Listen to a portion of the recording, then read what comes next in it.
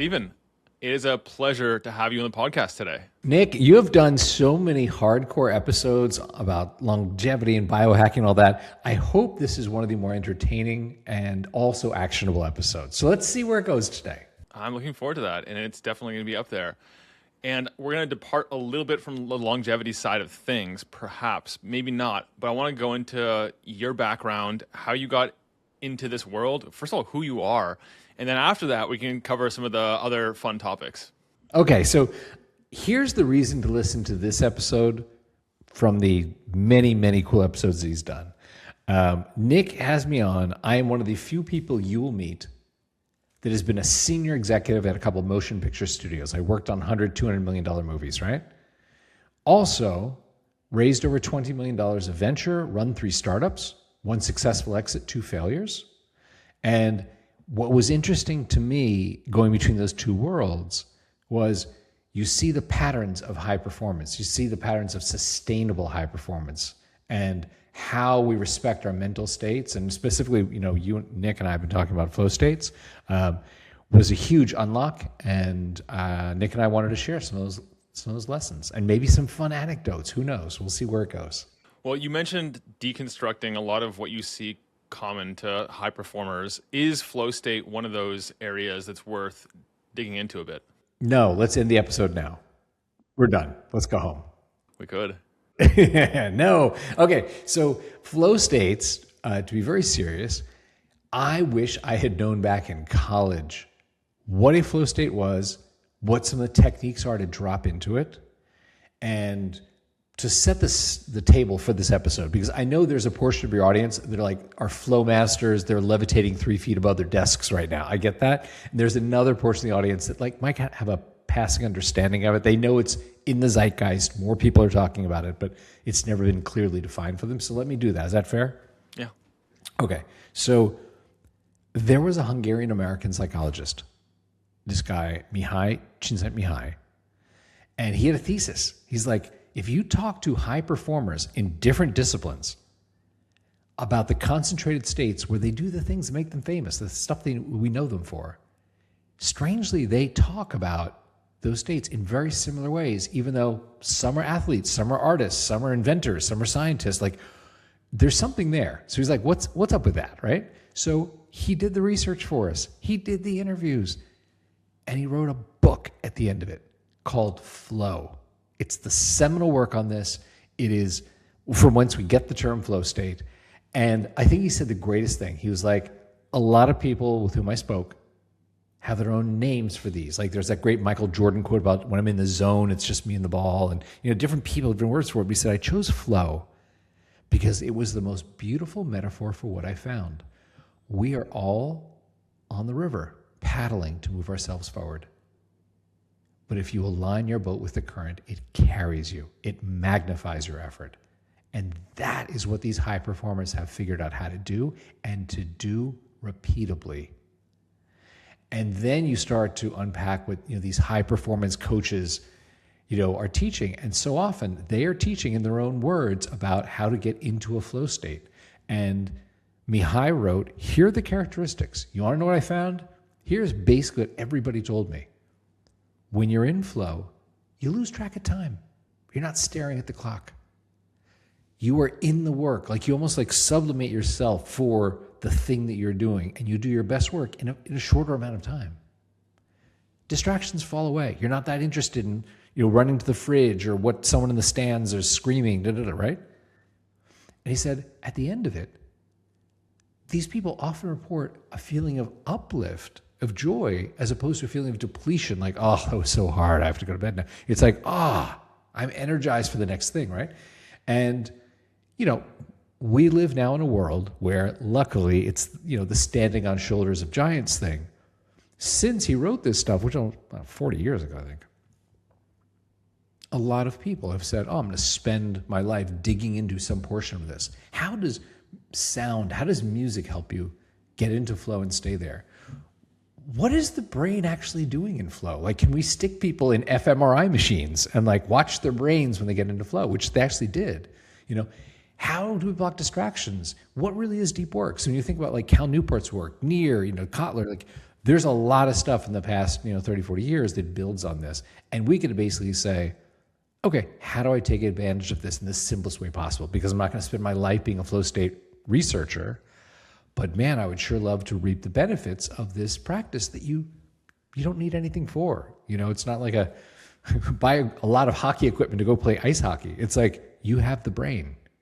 And I think like you can look at people in Hollywood or in the big corporate boardroom and you can see how it applies there. But I think it also applies in many other contexts. Like, for example, athletes commonly reported. I had my experiences of flow state when I was younger. Actually, not even just not much younger. Ooh, what was the first time you caught yourself going, what was that? Yeah.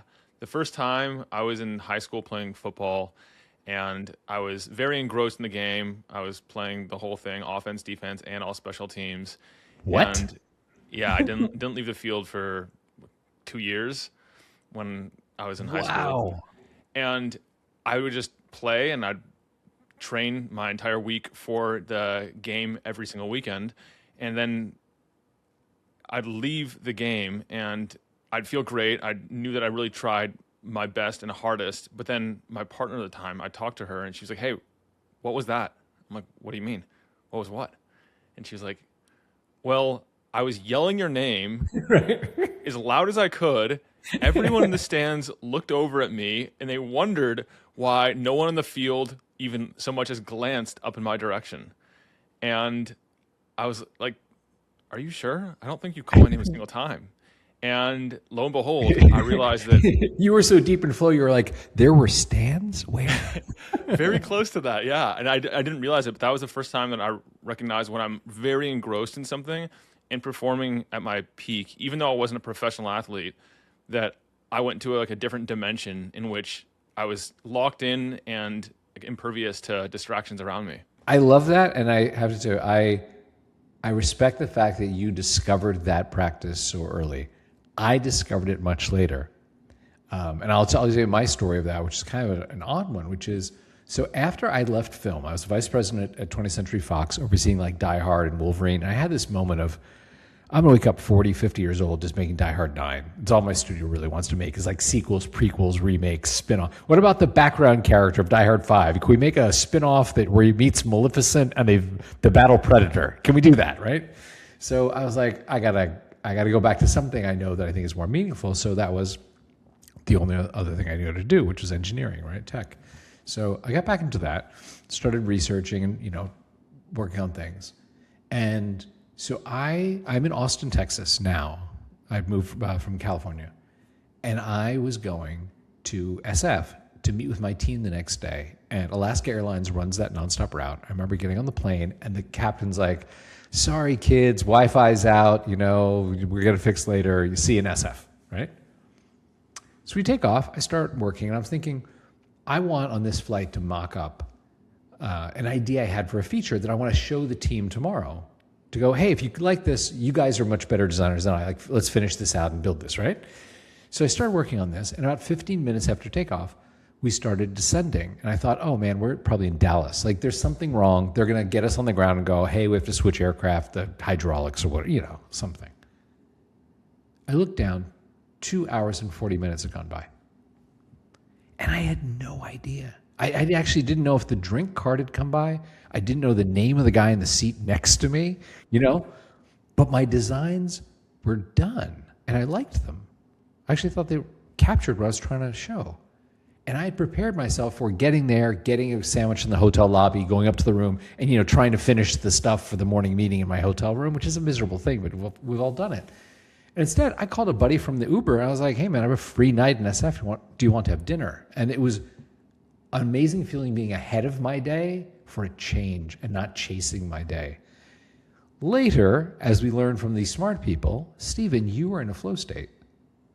And that was my unlock where I was like, ooh, is that repeatable? Are there techniques I can use to do that? And that was really the genesis for creating, the Sukha Company, the company, the website that is a flow state website. It's how can you put these things together simply? And anyway, that was my unlock. And God knows what my college career would have been like had I had your Friday Night Lights flow state. We're going to go into that, but Stephen, I keep coming back to your company's name. I'm not sure if you're aware of this. You probably are. But in Sanskrit, as far as I'm aware, Sukha means like happiness that comes from self-fulfillment. And in neuroscience, anandamide, the bliss molecule, also comes from a Sanskrit word, ananda. Like, was that intentional? Did you intentionally connect those dots? Oh, Nick, you know I want to answer that question. That's such a great question. Thank you. And I'm going to tell you a story that's very close to my heart. My wife, Laura, I met in yoga. I had a daily yoga practice. I married the girl on the mat to my left, right? So for 10 years, we've got, we practice yoga together. It's a beautiful time, each day. When we got married a couple of years ago, I was working on an early version of this site that had a working title, right? Where I just thought, I'm lazy. I'm not going to have all these different apps that I run to get into a flow state. I'm going to have Brain FM over here and a Pomodoro timer and a taskless thing and this and a productivity manager, a distraction blocker. I was like, I just want to have one site with a play button, right? So I had the working version of this and some beta users. So we get married, go off to our honeymoon. Where do you go when you're doing a ton of yoga with your wife? You go to Bali, right?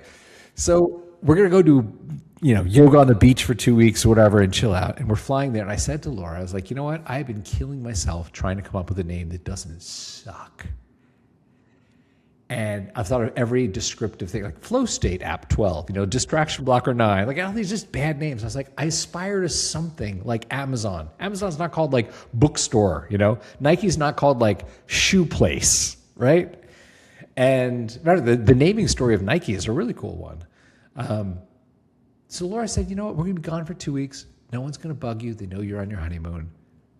Maybe your unconscious mind bubbles something up cool. Just, relax into it, right? So I'm like, okay, cool. So we got there, and I said to her, listen, I know it's going to sound weird, but I think what would seed my unconscious mind, because I'm so inside like the bubble of building this, is, do you mind if I talk quickly, just like 2 or 3 of our beta members, and just say, what do you love about this? Just in one word, give me something like that I can use in meditation to meditate on, right? So she's like, I'm going to the pool, but I will see you at dinner. Enjoy your Zooms on day 1 of our honeymoon, idiot. So I dropped in the group chat, who has 10 minutes to talk to 3 people, ask the same question. Can you just tell me what's your favorite feature? Is your flow music, the smart assistant that keeps you on track and blocks websites? Is the feedback we give you? What is it? The third guy, I was going to the wrap up, and I was like, hey, I want to respect your time. We said 10 minutes. It's been 8 minutes. I'm going to let you go. Thank you. And the guy said to me, I'll remember this forever. The guy said to me, Steven, you asked the wrong questions. And I was like, okay, guy that I do not know that well. That's pretty bold. Just, okay, I'll take the bait. What was the right question? He's like, you should have asked me why I pay you. And I was like, okay, why do you pay me? He said, so the past year or so, I find I have 2 kinds of days. At 3 o'clock, I'm playing with my kids. They're currently 2 and 4. Or at 6 o'clock, where did the day go? I was busy all day. Maybe I'll pick up early tomorrow morning, kind of like thing going on, that stress. I realized the difference between those 2 days is first thing in the morning, Daddy hit play in your website. So I pay you because my kids are not going to be 2 and 4 forever.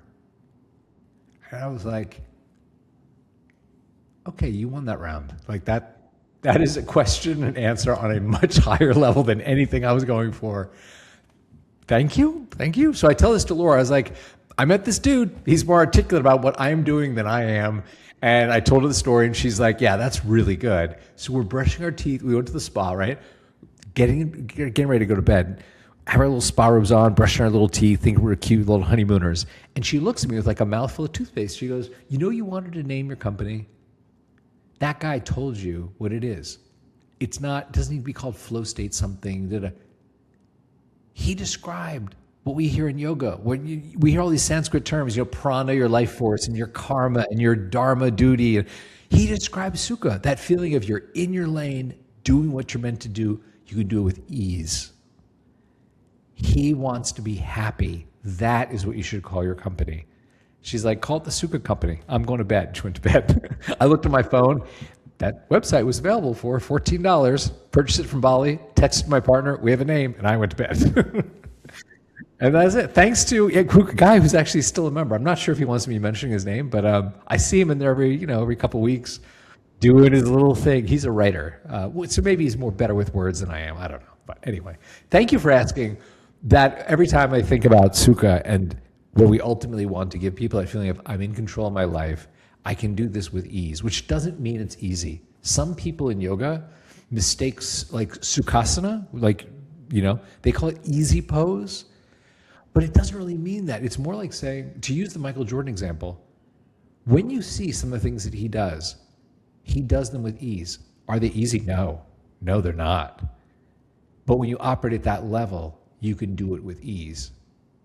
And that's what I think is really beautiful, is we can get people to the place of like, I'm in control of my day, I'm doing my best work, and I feel great. Because I'll tell you this, some of the writers and directors I worked with in my 20s, talented. Some of them in the 30s were like, I need to move to an apple orchard and just pick apples. Like, I'm so burned. I just can't do what I've been doing for 10, 15 years.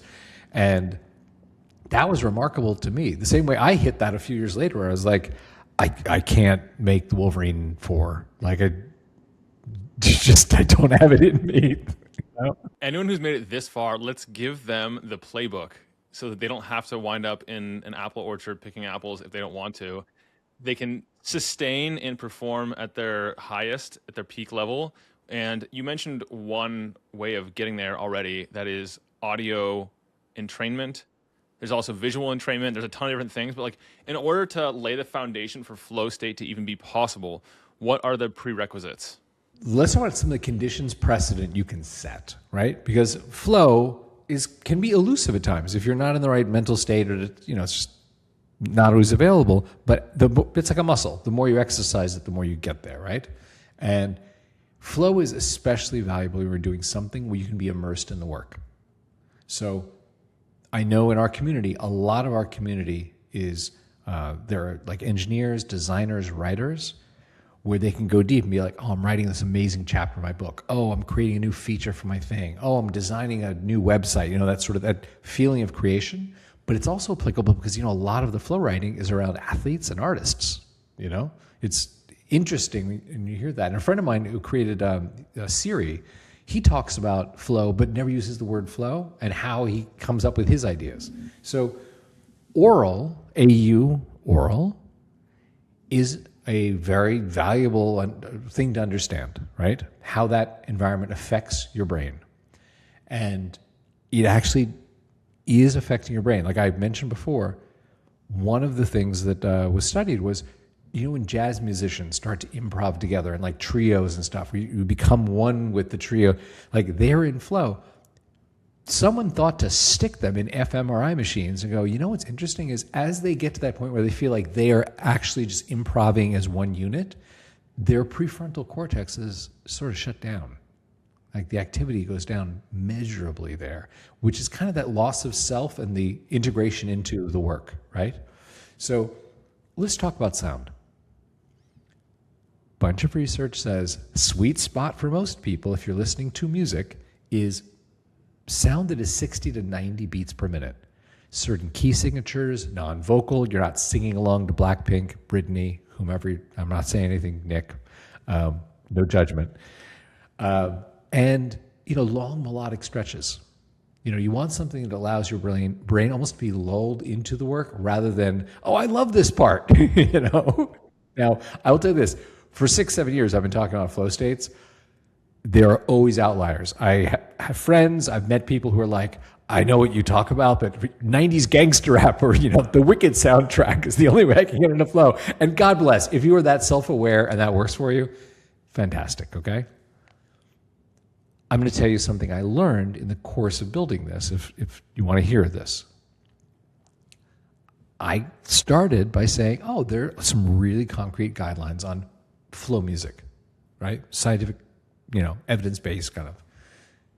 I have a bunch of friends who are film composers from, my old career who have time on their hands. Can you write like 1,000 hours of music along these guidelines for me? Cool, right? So we have all this music.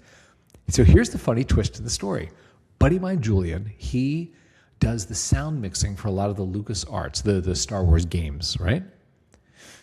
He called me up like 2.5 years ago. He's like, hey man, I just got back from Nepal. Cool. How was it? Great. He's like, yeah, it's my high school's, my kid's high school graduation present, because he did really well in high school, I guess, got into a good college. And he's like, what do you want? And he's like, I wanted to go to, see Mount Everest, go to what? So he's like, we just came back and I have something for you. I'm like, what? He's like, one day we're in Kathmandu, it poured rain, like so hard we couldn't go out. But it was this delicious, lush, like warm summer rain, blah, blah. And I had my recording equipment, so I recorded like 2 hours of rain in the Himalayas, right? He's like, I got back. I don't really know what to do with it. I was just kind of inspired because it sounded so good. And I can't use it in a Star Wars game. Like, I don't want to go. So he's like, do you want it for your flow state thing? I was like, you know what? Who knows? Yeah, okay. So we threw it up there quietly in the middle of the playlists, right? Lo-fi, up-tempo, down-tempo stuff, binaural beats. We got all the stuff, right? We can talk about that in another episode. So we stuck right in the middle of them a playlist just called Himalayan Dream Rain. Didn't really announce it much. It was like, it became the third most popular playlist in our catalog. And I'm like, this was free. We have all this music that I paid all this money to my friends to create, and rain is like a huge hit. I was like, what's up with that, right? So I run the platform. I know everyone's email addresses. A couple people listened to it. I emailed them saying, hey, would you spend a couple minutes talking to me? I would love to learn, what do you love about listening to rain? I will tell you this. It was so interesting to me the way, if you really boiled down what the people who said yes that speak to me, if you boil down what they said, it came down to this. Sometime when they were younger, they had to work or study in a place that was rainy, and this brought them right back to that place. Oh, my grandmother's house. I lived with my grandmother, and she's in Georgia, and at finals time, it was always raining in the spring. Oh, my family had a lake house, and we would go there and it was interesting. It was like, oh, so you, without knowing it, developed a mental trigger around, okay, I got to go deep. And the rain was that trigger. So I would say all this to tell you, in as much as I set out going, well, all the smart people say exactly this, that was a great learning. It was just like, cool rain. Now, we tried other nature sounds. We call them naturescapes. A stream in Japan, someone had recorded a lake in Canada near Tony, my partner's place.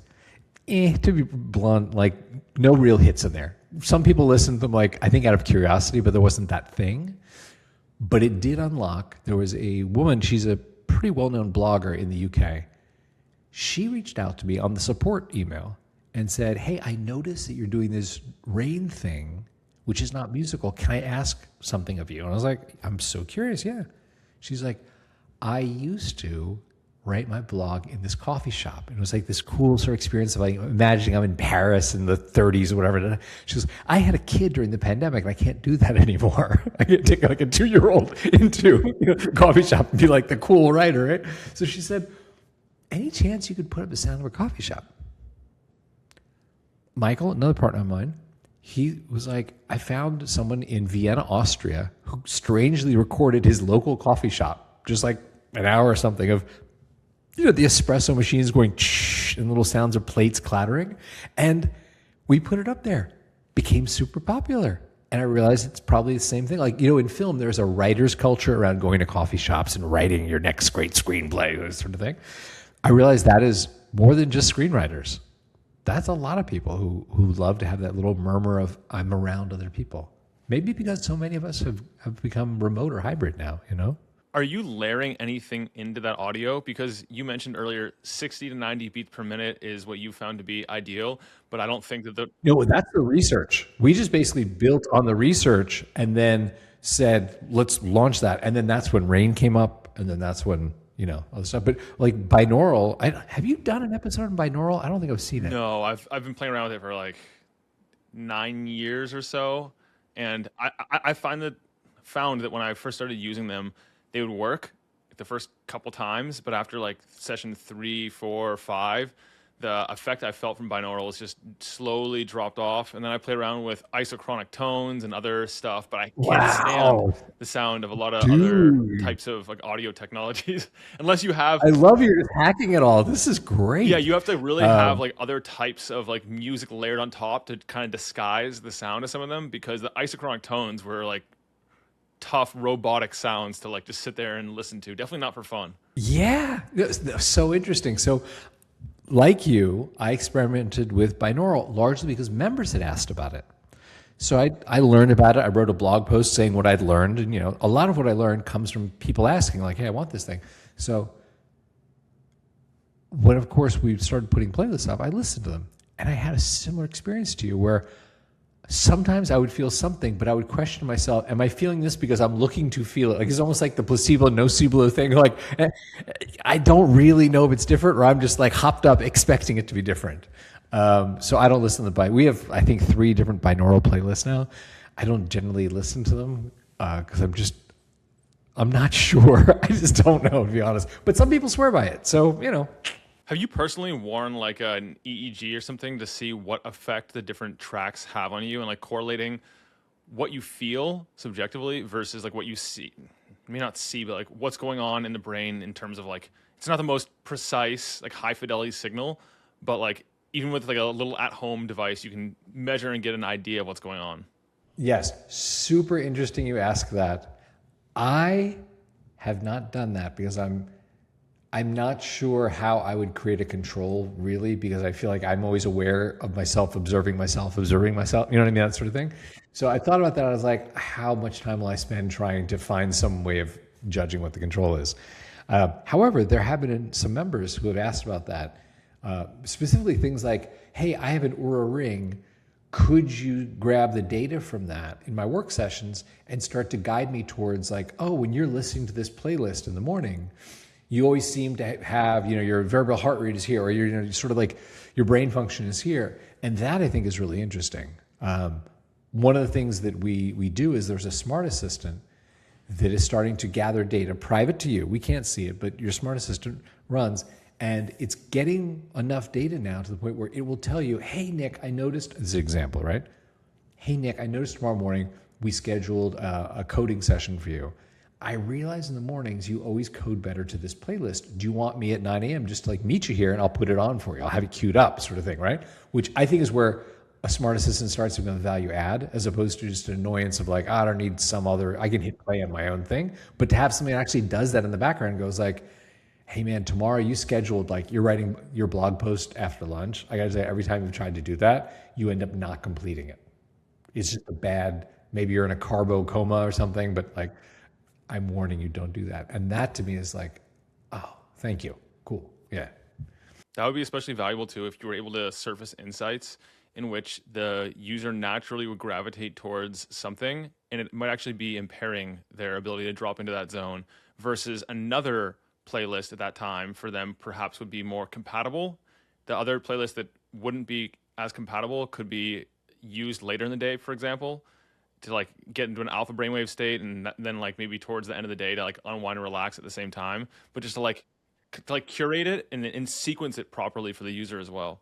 Yes. And that is one of the things that Tony and I enjoy right now is we've built some of those features so that you, private to yourself, have that memory, that storehouse of data, that the more you use this, the more valuable it becomes. The more it goes, Nick, I get your patterns, man. I can guide you to your 3 p.m. with your kids.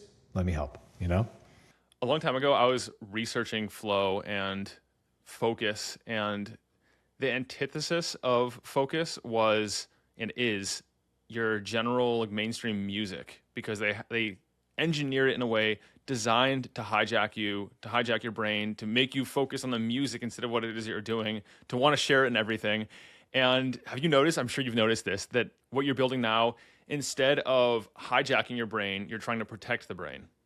Okay, so again, that's a real sweet spot for me, and I appreciate you bringing that up. And I will go from music and actually say the thing that we are combating more than anything, and I think this is criminal, is how social media is designed now, not around trying to connect with people, not trying to bring you closer to your family, but solely about, hey man, I need to steal your life. And it's amazing, because if you look at the largest market cap companies right now, that is their business model. It is steal your life, period, full stop. And you remember like 10 years ago, Zuckerberg would be called to Congress for some awful like Cambridge Analytica or something like that, right? And he would be like doing his aw shucks routine, where he would be like, oh, Senator, Facebook is just here to show grandmas videos of their grandkids. That's what we do here, right?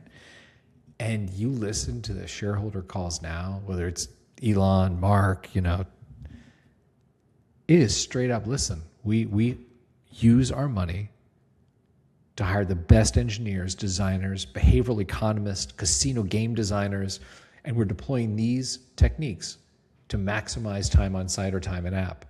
And this is how we did stealing everyone's lives this quarter. And by the way, next quarter, we have some new techniques we're going to try to steal more of everyone's lives. And it's insane. It is a crime on the level of like Mark calling you up and going, Nick, hey man, I want your life. I'm going to sell it to these guys over here and I'll keep the money. But I'm going to give you some dancing cat videos, buddy. Is that cool? Can I have your life? And that's what it is. And I guess why I think it's criminal is I operate from a place, and I think you do too, which is why you put so much energy into people, through the pod, through the things you do. I believe that everyone has something great inside them.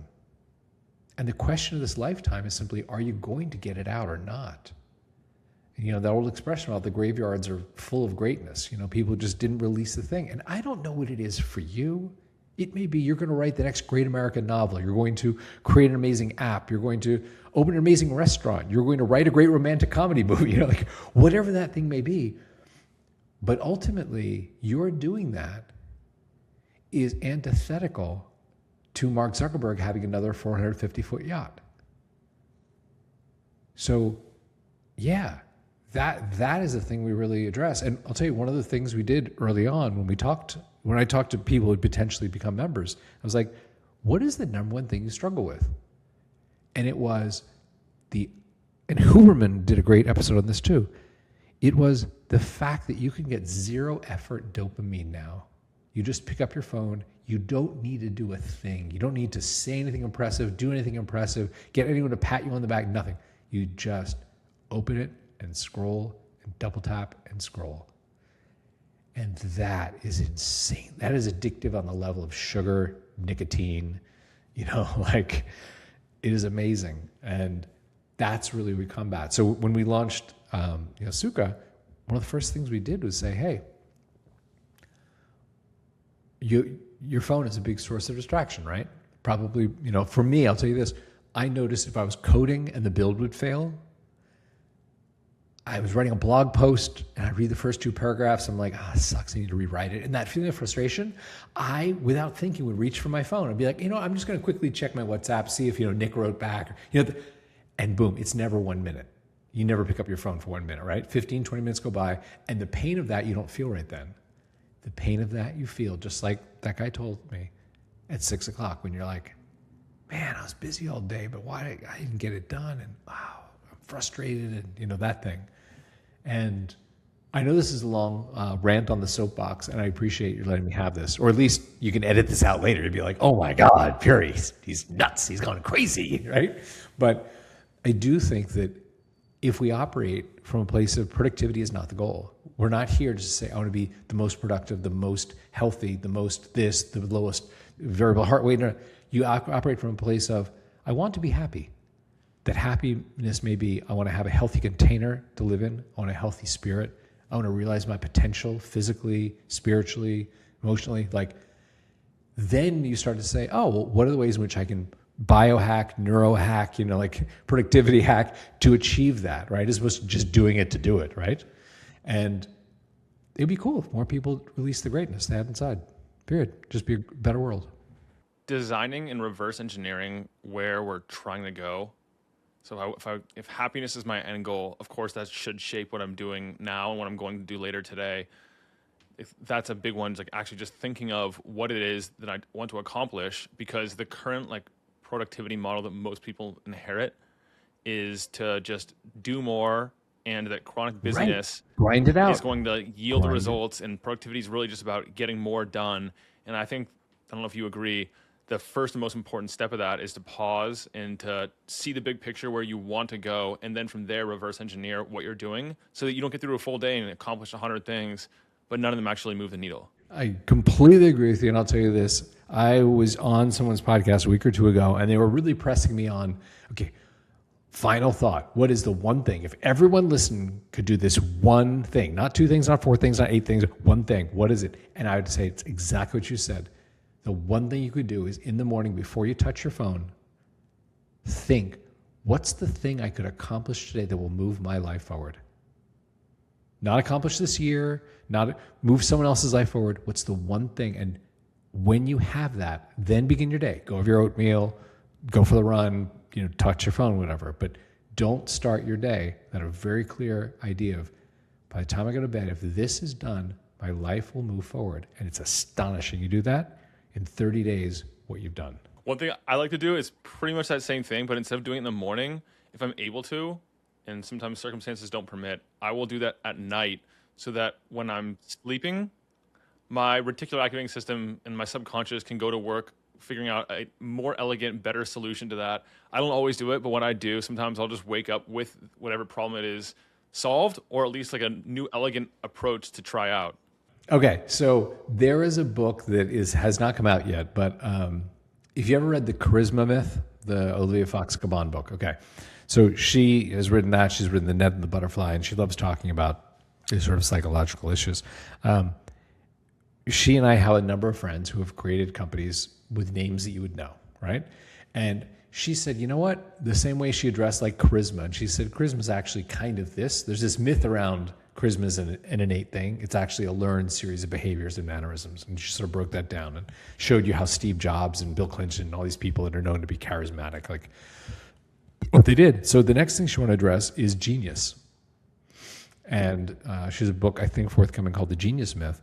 And she wrote also the Net and the Butterfly, which is out. And she talks about, you're going to love this because you do it and I don't. And you're on the right side of this one, okay?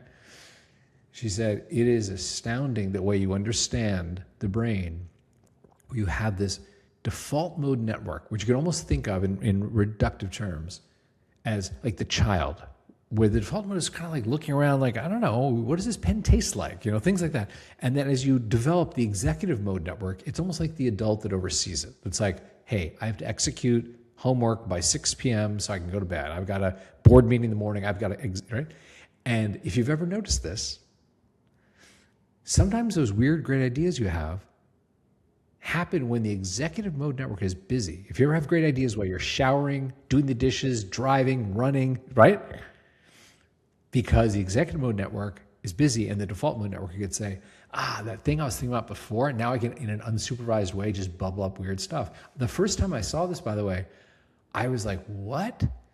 When I was getting out of USC in Los Angeles, I started working in film at an ad agency that did trailers and music videos for movies, right?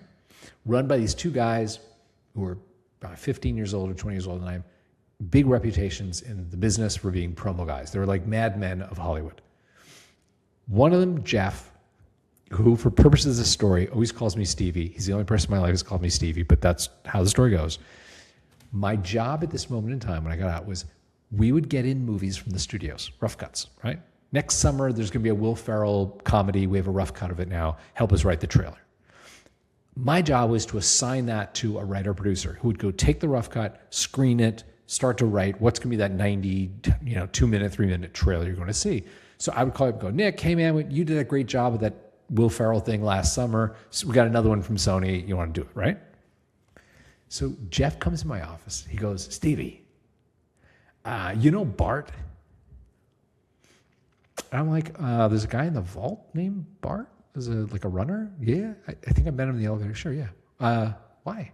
He goes, you ever give Bart a trailer to write?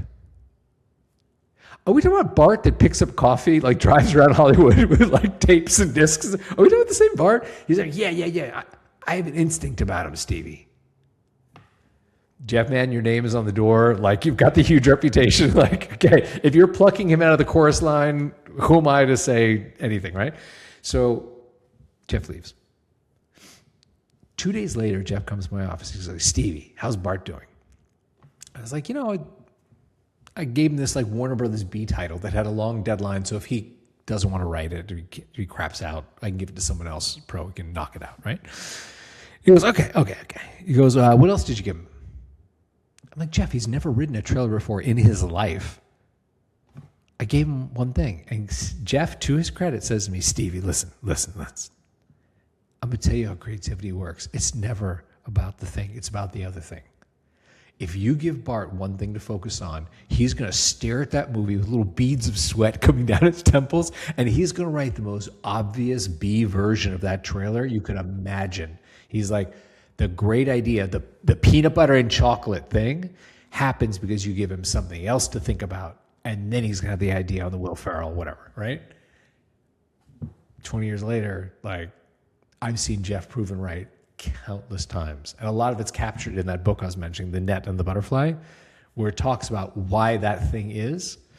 And it's self-awareness. At a certain point, you go, oh, I am in an activity where I need to have those kind of ideas flowing. They're not going to happen if I just stare at the pot. It's not going to boil. I have to have something else to do that. So it's always about the other thing. Okay, so I'm going to recap some of the things that we've discussed so far, like an implementation checklist. So the first thing is we didn't actually talk about this, but I assume to put yourself in the right environment that's conducive to flow state. And then we'll talk about what that is afterward. Once you get yourself in the right environment, then it's to reverse engineer, think with the end in mind, where you want to go. Then after that, it's to to have two different tasks you're working on at the same time, or at least that are occupying. If you need to have that breakthrough idea to allow that part of your back of your mind freedom, and it's not being watched. Yes. And then to listen to some kind of music or audio of some kind that can help get your brain and your body into the right space. Very true. And let me pick up, I'll tell you a funny story about the first thing you said, which is there is a relationship between physical space and mental space. And I first saw this, I produced the digital effects for Independence Day, which we won the Academy Award for the visual effects on the movie. It was a great thing for all our careers. I'm very grateful for the 1,400 of us that made that thing, right? So Roland and Dean and I got along very well, the director, writer, producer, and I. And we set up a company. We got along so well, we created a company. I raised about $15 million for that, and we did that thing. So here's a weird thing is I learned that they had written all their screenplays at this vacation home down in Puerto Vallarta, Mexico. And when they were going to write the next one, Roland told his assistant, hey, Joey, go rent we need the villa for like 2 months. She came back later that day and was like, oh, the villa's rented. Like, it's like an Airbnb before Airbnb. It was just kind of like someone's got it already, And it was around the office. Everyone's like, oh, what's going to happen? And I was talking to Dean. I was like, dude, it's a vacation rental. Like, rent a different one. Like, who cares? He goes, no, you don't understand. He said, there's a room there. It's a white marble, like, villa up in the hills. He said, there's a room there where in the morning the light comes in over the pool. And there's something about that where we don't think about our agents. We don't think about cast availabilities. We don't think about studio notes or budgets. We just feel empowered to write the movie that we would want to see. Roland, the next day, called his entertainment attorney, John Deemer, amazing guy, and said, John, buy the villa. And by Monday, Roland owned a $5 million villa in Puerto Vallarta, Mexico. I don't know where the current renters went. I'm sure they were paid nicely to go find another rental, but it was that important to them. And they went off. And I think 6 weeks later, they came back with the script that became the third highest grossing movie in film history. And it was worth it to them to have that mental space in that place. And it's not to say that you need a $5 million villa to do this. Later, when I was at DreamWorks, I was executive vice president at DreamWorks with Kurtzman Orsi. And Alex Kurtzman and Bob Orsi, for the guys and girls who don't know, they're the writers of Transformers 1 and 2, Star Trek 11, Mission Impossible 3, Zorro, The Island, Fringe, Hawaii Five-0, like tons of stuff, right? And they had a different practice. When they would be under the gun, we had an office. DreamWorks offices are on the Amblin compound at Universal Studios Hollywood, right? There's a portion of the lot that's like Amblin. So we had a bungalow there. And when it was like 2 weeks, they have to deliver, Transformers 2. They would have their assistant rent a room across the street at the Universal Hilton. And I'm just going to say, it's not a luxury property. It's where you stay with your kids like the night before you go on the rides and then you get out, okay? And I was thinking, they're pulling down like $1.5, $2 million a script. They could go to Bali and write for all they want, right? They could order and it hit me, again, this is a trigger thing. They had met back in school. And I think there was something about being in that hotel room with Kurtzman on the edge of the bed with his laptop and, Bob's little MacBook at the desk that evoked for them dorm room. Like back when they were writers who had so much to prove and they had to do this and they were under the gun to create an episode of Xena or Hercules, which is, that sort of thing. And that worked for them. 2 weeks later, you would have the draft of Transformers 2 because they just went to this hotel and treated it like their office. So there is, as you said, and I want to hang a lantern on that, a real bonus to you if you understand the relationship between mental space and physical space. And if you have a laptop and you kind of work from anywhere and anytime, you're missing out on that. I used to do that. When I work at home, in the morning I'd be in the kitchen, there's beautiful light, I would work at the kitchen table, I'd work up here in my office during the middle of the day, I'd be on the sofa at the end of the day. And now I'm very rigid. If I'm going to code, I code here, because when I enter this space, my brain kind of falls in, it goes, oh, right, we're here. We're going to be doing this. Easy. And by the way, free. The things we're talking about here, they're really about self-awareness more than they're about paying anybody anything. Are there any other big gaps that we've discussed so far? If you were just to give the checklist, any other additions beyond what we've discussed? Well, let's go over it. I would say starting the morning, begin with your intention. Be very clear on what you can accomplish that day, the one thing that will move you forward, right? When you go to work, be aware of your chronotype, which we haven't talked about, but I'll be succinct about that, which is chronotype is the concept. There are times of day you're better at certain kinds of things. If you are self-aware, if you spend a week or two kind of like writing down what you did and how you felt, you'll start to see patterns of like, oh, I should be creative in the morning. I should be doing mindless paying of the bills in the afternoon, or whatever that may be for you, right? So start with an intention. Understand your chronotype so you plan your day. Time block, like if you need to do deep work, like meaningful work, it doesn't happen in between Zooms for 9 minutes. That you don't have the opportunity to drop into flow. That takes 15 to 23 minutes to drop in. So if you need to do deep work, schedule it. Like treat it as a meeting with yourself. It's sacred time. It's not like, well, when I have a couple of minutes, I'll try and do this. Like, oh no, from 9 to 11 tomorrow, I'm going to write this feature. Put it in your calendar. No one can book you over that, right? So when you have those blocks, are you just having the full 2-hour block, or are you breaking it into like a 60-minute chunk and then a break and then another 60-minute chunk? How do you sequence that? Yeah, I'll tell you. With Sukha, we built it. The heartbeat of Sukha is a Pomodoro timer that's customizable. So by default, it'll give you a 25-minute work session, 5-minute break. We encourage you stretch, breathe, go for a short walk, drink water. You get points for doing things like that on your break. And it cycles, Pomodoro 25, 25, and eventually you do a longer break.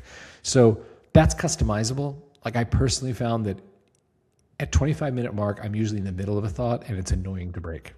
So I actually do a 50 and 10, which seems to give me the same benefit of like stretching my back, getting 15 up. and then 10, 15-minute? 5-0, sorry. Oh, 5-0 and 10. Yeah. I work for 15 minutes and I take 2 hours off. It's a great life. It's a great life, Nick. So anyway, those are some of the concepts. Block your distractions, time block your calendar. These are, we laugh, we call them GAP, like in accounting, they're generally accepted accounting principles. We also call them GAP, which is GAPP, which is generally accepted productivity principles.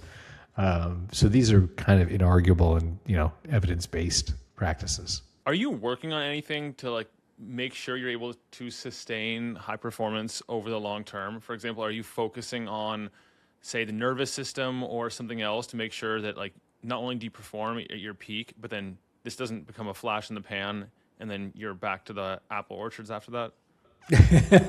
The apple orchards thing stuck with you. I see that. Yeah. Yes, a lot of this, because we do not have a huge research arm that does this, so we ingest a lot of research from the people doing it. So when we see there's a new or a revised best practice, we incorporate that into the Sukha website, saying, hey, by the way, if you want to try this, one thing we're about to launch is there is a liminal coach out of the UK who does these wonderful sort of like meditations.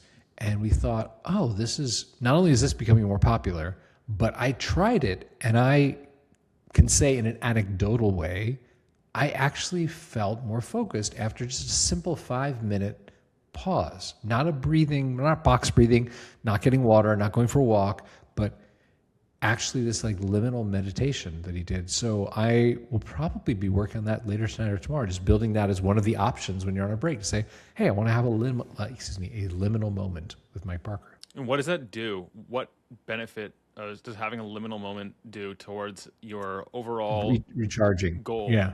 It's that feeling of when you reapproach something after the right kind of break, you sometimes see things more clearly. You can get through the thing that was holding you back. You feel a different sense of energy or lack of burnout because you've had that little moment. So it's really, that's what we want to deliver. Like basically our membership is all kind of high performers. Like the people who seek us out are going, I'm a good writer. I'm a good engineer. I'm a good designer. And I want to bring out greatness. You know, it's not like we don't attract people on Twitter who just want to like tweet all day and hate on each other. You know, like that's not really our crowd. They don't come.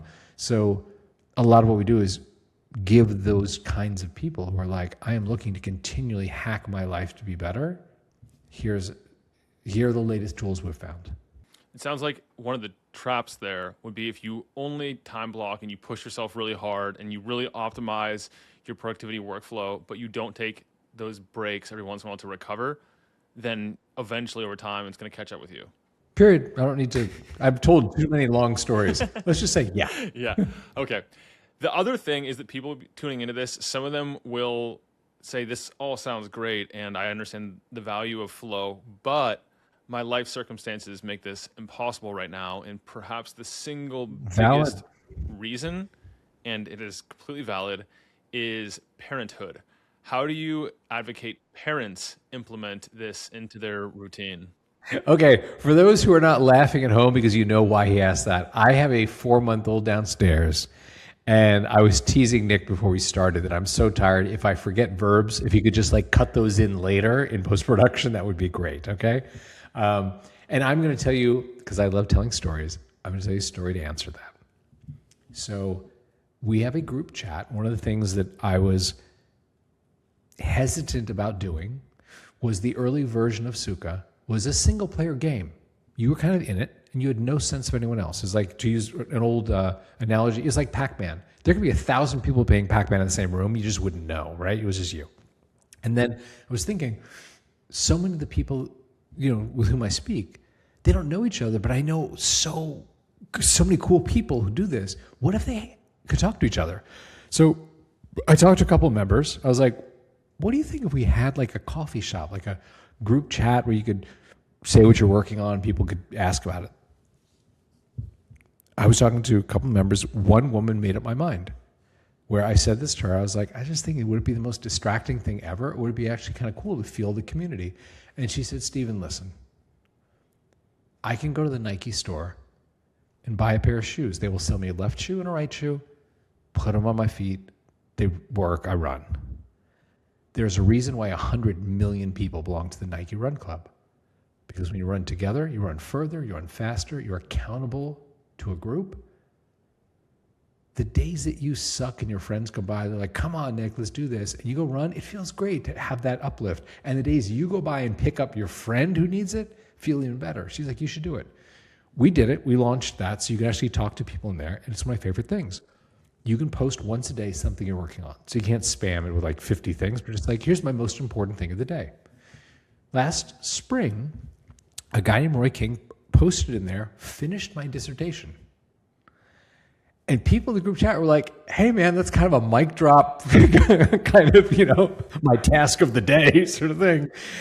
What's up? And he said, oh, I am an assistant vice principal at a high school in Missouri. And I've been working on my PhD in engineering. I'm also a dad and a husband. He said, so I find I have maybe 60 minutes at night during the week and maybe 90 minutes on the weekend when I can, in between responsibilities, like focus. He said, that's what I use Sukha for. I need that 60 minutes to be really focused so I can do this. And he said, but don't get too excited because, you know, I still have to defend, you know, my dissertation. You go in front of the panel thing. I don't have a doctorate. My brother has two. I assume it's really hard. So he said, that's like 2 weeks from Monday.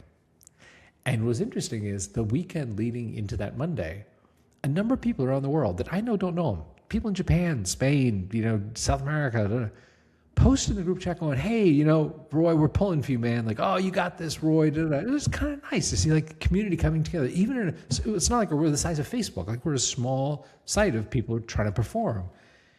And on Monday, there was nothing from Roy, our dad. And someone finally asked, like, hey, anyone speak to Roy? Is this like a bad sign that we haven't heard anything? And no one had heard anything. And Tuesday morning, Roy logged in and posted, you may now call me Dr. King. And people went apeshit. And it was amazing. And he said, it was hard balancing being a dad with 2 kids. I only have 1 now, but 2 kids, and being a husband, and being a vice or assistant vice principal at high school. He said, but I wanted this, and I did it. I think that's amazing. And that inspires me because you're right. I have not slept much the last 4 months. I have an amazing wife. She handles a ton. But still, this morning at 3:50, I was awake feeding him, and I haven't been back to sleep. I've been going all day. It's like my 4th Zoom of the day, and I was coding. And yeah, it's everybody I have counseled or coached over the past 6 years who is a parent telling me how they need to use their time well, I understand that in 3D now, whereas before it was in 2D. What a story. Well, Stephen, do you have the time and the energy left for a quick rapid fire round? Why would I come and miss that? Come on. Nice. I'm here. Okay. And I'm awake. I haven't micro-napped yet. Yeah, no micro-naps. All right. The first thing is, are you a fan of coffee and nootropics or no coffee and no nootropics for focus? I will tell you this. My very first girlfriend in life was School of American Ballet, New York dancer, moved to LA, inaugural company of the Los Angeles Ballet. And I remember one morning, it was like a Saturday morning, she got up and I could see through the bedroom door, like her in the kitchen doing the French press and like all the fancy coffee stuff. And it hit me, that expression about don't talk to me until I have my coffee in the morning. I was like, I never really understood that, but that is Susie. Susie is measurably different before and after she's had her coffee. I quit caffeine that day. I don't caffeinate. This is me uncaffeinated and on no sleep. Can you imagine if I slept, Nick? Scary, right? Or had caffeine, or both. Yes. So I believe Laura, my wife, was a D1 ice hockey player. She definitely keeps us healthy. I do yoga usually around 5:30 in the morning, and again at the end of the day around 7. That sort of keeps me high energy and clear. And yeah, I don't drink, no caffeine, nothing. A lot of water. But remember, not beer, water. What's your most unpopular opinion about productivity? That people think they're being productive when they're not. There are lots of ways to be busy that get you nowhere. One person aside from Neil Csikszentmihalyi for all things focus. This could be an odd one. No one said this one for you yet, but I would tell you Mahatma Gandhi. And the reason for that is if you think about an entire subcontinent of people that were trying to essentially escape slavery, domination, how strong the forces were, both from one of the greatest empires, the earth has seen, the British Empire, as well as all the factions in India, all those forces pulling every direction. We should be violent. We should fight them this way. We should fight them that way. We should do this. And to be able to, one man without a gun, without a sword, liberate a subcontinent solely through being focused on exactly what his principles were. Like that is like standing in the middle of a Katrina hurricane and saying, I can get us through this. Yeah, and it's also not just doing more and more things and checking off a huge to-do list either. Yeah, true. Aside from the things we've covered already, what's the smallest or a really small habit, technique, tool with the highest ROI for this whole realm? Oh, I gotta say, it is the one about begin your morning with the intention. I mean, I would like to come up with something new to end the episode. I know I would, and so would you. But it would not be honest. The honest thing is, if you do that thing and when you wake up in the morning to say, this is what moves my life forward today, and you do it, man, like it has an effect. It changes your life. And it's easy to fall out of that. And like you said, get to doing a whole ton of things. I knocked out my to-do list and I was busy, and you didn't actually move your life forward.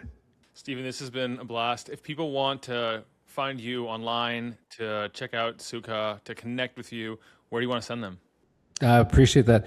If there is anything that I've said where someone has a question, it doesn't have to be about the company I built. My email address is very public. It is Steven, Steven, at the Sukha, the happiness, THESUKHA.co for company, right? Happy to answer a question. If it's you were looking for something on Cal Newport, something on Mihai Csikszentmihalyi. And by the way, Nick, hats off to your pronunciation, my friend. If it's something where I can refer you to some resource, like happy to do that. I don't have time to write you back the story of my life, nor do you care to read it, but something like that. And if someone wants to experiment with flow, what I'd say is this, is have a task in mind. Flow, as we discussed, takes like 15 to 23 minutes to drop in. So if you want to experiment with the Sukha website, which is free for 3 days, just try it at obviously the Sukha, THESUKHA.co. Try it, but when you come, you need to have something you want to work on, because the magic is when you look up after an hour and you go, wow, that's done. Like the magic is not hitting play, listening to music for 30 seconds, being like, oh, I don't know, it's music. You won't be in flow. It's been a blast chatting with you, learning about flow and some of your background and how the worlds that you've been a part of overlap and the lessons that you've been able to share with us. This was great. And I appreciate you built an audience of people who care about how to maximize their potential. That's really cool. More than just getting things done, it's about maximizing and optimizing the potential across whatever that means, whatever is most important to them. Cool. Thank you guys for listening. All right. Thanks, everyone, for sharing your time, your attention, and your energy with us. And until next time, be an outlier. Thanks for tuning in to High Performance Longevity. If you got value today, the best way to support the show is to leave a review or share it with someone who's ready to upgrade their health span. You can find all the episodes, show notes, and resources mentioned at outlier.com. Until next time, stay energized, stay bioharmonized, and be an outlier.